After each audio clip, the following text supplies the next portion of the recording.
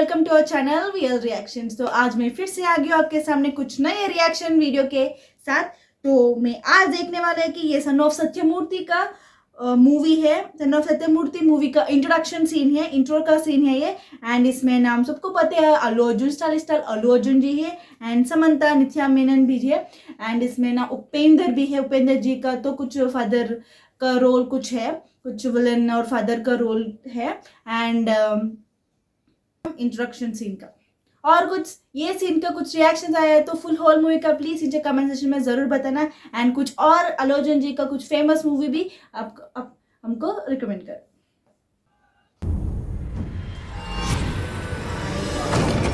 ప్రతి మనిషికి రెండు ప్రశ్నలు ఉంటాయి. Separate ఎప్పుడు this పుట్టాం, morning. ఎప్పుడు పోతాం. మొదటి ప్రశ్నకి సమాధానం వెతకాల్సిన పని లేదు, రెండో దానికి సమాధానం వెతకాలని ఎవరు అనుకోరు. కానీ నాకు ఆ అవసరం ఆ రోజు వచ్చింది.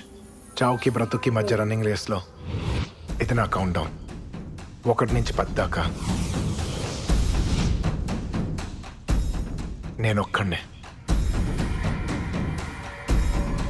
నాకున్నవి రెండే దారులు, చంపడం లేదా చావడం.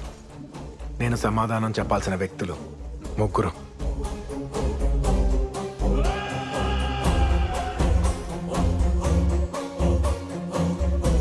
4 వారాల క్రితం నేను కాసిన ఒక పందెం, 5,000 మంది జనాభా ఉన్న ఒక ఊరు, 600 మంది ప్రైవేట్ సైన్యం ఉన్న ఒక నియంత, 7 అడుగులు నాతో నడవడానికి రెడీగా ఉన్న ఒక అమ్మాయి, నా జీవితాన్ని మార్చేసిన 8,000 గజాల స్థలం, 9 నిమిషాల్లో పూర్తవబోయే గడువు,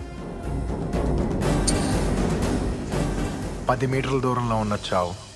ఇది నా కథ. ప్రతి కథకు ఓ హీరో ఉంటాడు. తనకి ఎంత పెద్ద కష్టం వస్తే దాన్ని దాటడంలో అంత గొప్ప హీరో అవుతాడు. కానీ నాకు ఏ కష్టం తెలియకుండా పెంచాడు మా నాన్న. 30,000తో మొదలుపెట్టి 300 కోట్లు పైగా సంపాదించారు. ఎప్పుడూ నీళ్ళల్లో ఉండే చేపకి జలుబు రానట్టు ఇంత సంపాదించినా మా నాన్నకి డబ్బు అంటుకోలేదు. ఆయనకి మనుషులు అంటే ఇష్టం. అబద్ధాలు చెప్పిన వాళ్ళు కూడా డబ్బులు ఇచ్చేవారు. రే, నేను బృందావన్ బార్కి వస్తున్నా, అందరూ అక్కడే ఉండండి. నమస్తే బాబు. నాన్న, అడ్డమైన వాళ్ళందరికీ ఎందుకు నాన్న డబ్బులు ఇస్తున్నారు మీరు? వాడు భార్యకు ఒంట్లో బాలేదంటరా, యశోదలో జాయిన్ చేశారు. హాస్పిటల్ కాదు, బృందావనం బార్కి వెళ్తున్నాడంట వాడి ఫ్రెండ్స్ తోటి. ఎన్నిసార్లు మోసపోతారు నాన్న మీరు? దానికి మా నాన్న చెప్పిన ఆన్సర్ నేను ఎప్పటికీ మర్చిపోను. చిన్నప్పుడు నాన్న పులి కథ విన్నప్పుడు నాకు చాలా బాధ అనిపించేదిరా. ఒక అబ్బాయి వాళ్ళ నాన్నను ఏడిపించడానికి పులి వచ్చిన 2 సార్లు అబద్ధం చెప్పాడు. వాళ్ళ నాన్న వెళ్ళాడు, పులి లేదు. 3వసారి నిజంగానే పులి వచ్చిందని ఆ అబ్బాయి అరిచాడు. అబద్ధం చెప్తున్నాడని నాన్న వెళ్ళలేదు. ఈసారి పిల్లోడు లేడు. 3వసారి కూడా వాళ్ళ నాన్న వెళ్ళొచ్చు కదరా. ఏమవుతుంది? మోసపోతావు, ఫూల్ అవుతావు. ఒక మనిషి ప్రాణంతో పోలిస్తే ఇవన్నీ ఎక్కువ. రే, తెలివితేటలు వాడాల్సింది అవతల వాడిని మోసం చేయడానికో, మోసం చేస్తున్నారని తెలుసుకోవడానికో కాదు, పని చేయడానికి. అంతే, అంతకు మించి వాటి వల్ల ఏ ఉపయోగం లేదు. మా నాన్న డెఫినేషన్లన్నీ ఇలా కొత్తగానే ఉంటాయి. ఆయన దృష్టిలో భార్య అంటే నచ్చి తెచ్చుకునే బాధ్యత, పిల్లలు మొయ్యాలనిపించే బరువు. కానీ నా దృష్టిలో నానంటే ఓ మర్చిపోలేని జ్ఞాపకం. నా 27వ ఏట నాకు ఎంగేజ్మెంట్ జరిగింది. పల్లవి, మా నాన్నకు ఆ అమ్మాయి నచ్చింది, సో నాకు నచ్చింది. వాళ్ళ నాన్నకు మా ఆస్తి నచ్చింది కాబట్టి నేను నచ్చాను. ఇదంతా తనకు నచ్చిందో లేదో తెలీదు, ఎందుకంటే తన తల దించుకునే ఉంది. నేను మాత్రం తలెత్తుకుని నా లాస్ట్ బ్యాచులర్ హాలిడేకి బార్సిలోనా వెళ్ళాను.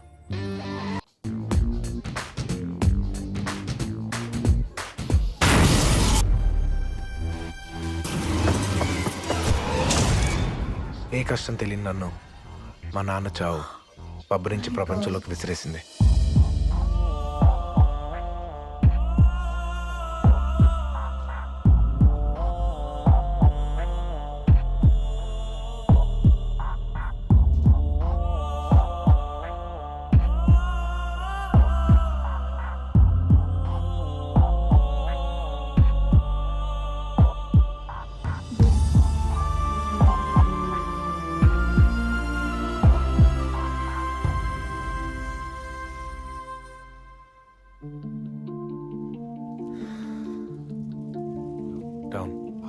కిందకి దిగటం అనేది తర్వాత చాలా రోజుల పాటు కంటిన్యూ అయింది.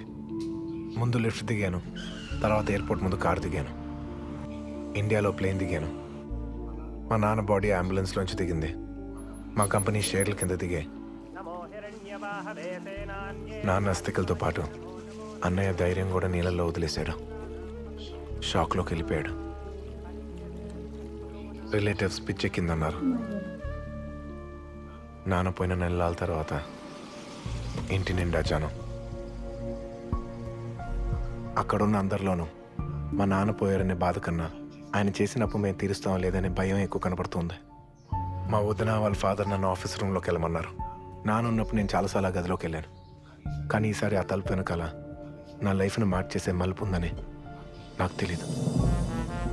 పైడా సాంబశివరావు వెతికితే ఆయన పేరులో కూడా పైసా కనిపిస్తుంది.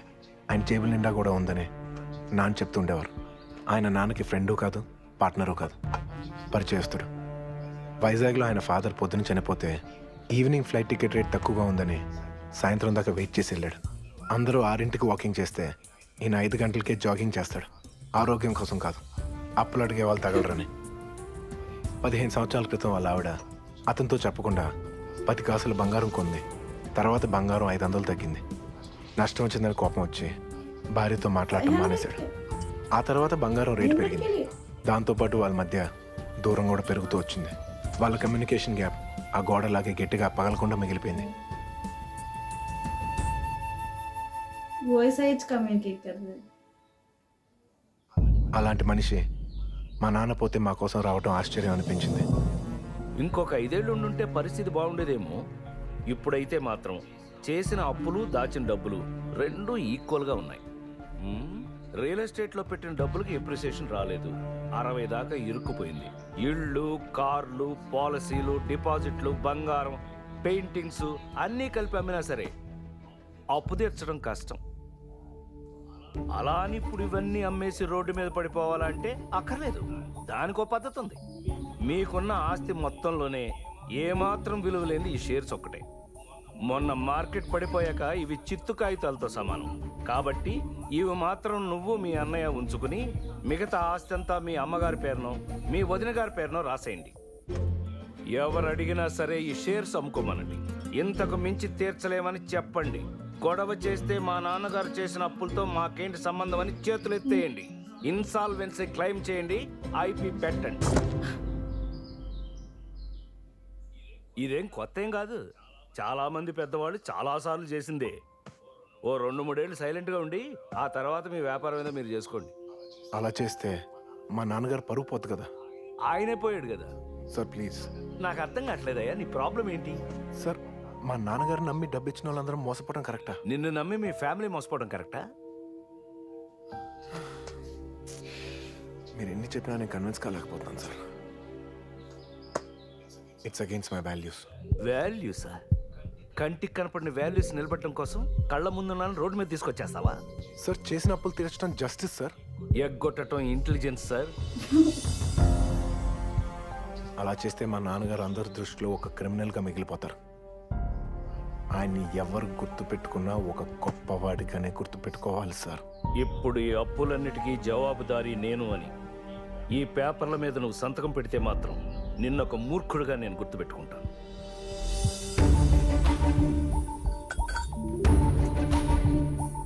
$300 కోట్లు ఒక్క సంతకంతో పోతాయా ఆనంద్? జూబ్లీ హిల్స్లో ఉండాలా, అమీర్పేటలో ఉండాలా, మెర్సిడీస్లో తిరగాల, మండే ఎండలో నడవాలా, స్టార్ హోటలా, సాంబార్ ఇడ్లీయా? ఈ ఒక్క సిగ్నేచర్ డిసైడ్ చేస్తుంది. పెట్టే ముందే ఆలోచించుకో.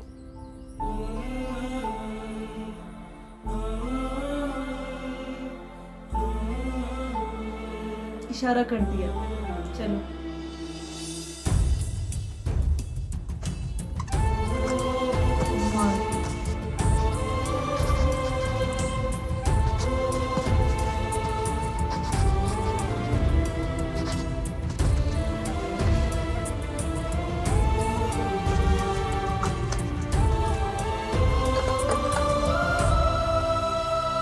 ఛా, ఏవి అక్కర్లేదో అవి ఉంచుకున్నాడు, ఏవి అవసరమో అవి వదిలేశాడు.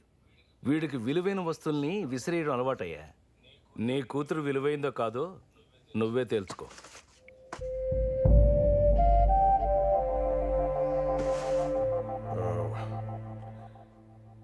అంటే అది ఈ టైంలో ఇది చెప్పడం కరెక్టో కాదో తెలియడం లేదు నాకు.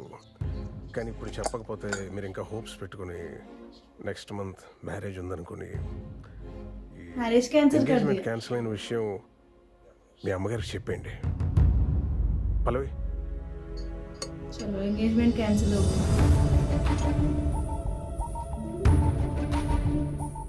పల్లవి 2 నెలల క్రితం ఎంగేజ్మెంట్లో రింగు తొడుగుతున్నప్పుడు తల దించుకుని ఉంది. సిగ్గు అనుకున్నాను. ఇప్పుడు నన్ను వద్దనుకుని వెళ్ళిపోతున్నప్పుడు కూడా తల దించుకునే ఉంది. ఈసారి ఏమనుకోవాలో అర్థం కాలేదు. ये तो कमाल का इंट्रोडक्शन सीन है. ये बहुत सारे सीन सिखाया है इसमें एनालॉजी को. एक वो डाउनफॉल रहता है ना, वो किस तरह डाउनफॉल हो गया कि वो 300 क्रोर्स का भी एक सिग्नेचर से हो गया, पूरा का पूरा हो गया. वो पूरा का उसके बाद वो फैमिली कार आए थे वो, एंड उसके भाई एंड उसके वो क्या है, वो बड़ा भैया भी कुछ मेंटली तो खराब हो गया क्योंकि उसके पापा का डेथ हो गया. ये तो शौक है, प्रकाश राज का डेथ हो गया. और उसमें जो कुछ भी किया था ना वो पापा के बारे में, वो तो कमाल थे. And वो आखिरी में भी वो इंगेजमेंट भी कैंसिल हो गया. कितना डाउनफॉल हो गया कि अल्लू अर्जुन जी का इस मूवी में बहुत सारा हो गया. एंड एंगेजमेंट भी ओके ब्रेक कर दिया. एंड कुछ मैरिज नहीं है, कुछ नहीं है. एंड वो जो पैसा है वो नहीं है, सो इसलिए तो एंगेजमेंट भी कैंसिल. वो तो माय गॉड. लेट्स सी उसके बाद क्या होने वाला है. सच कमेंट करो. So if like this video please like share subscribe to our channel real reactions. Take care, bye bye.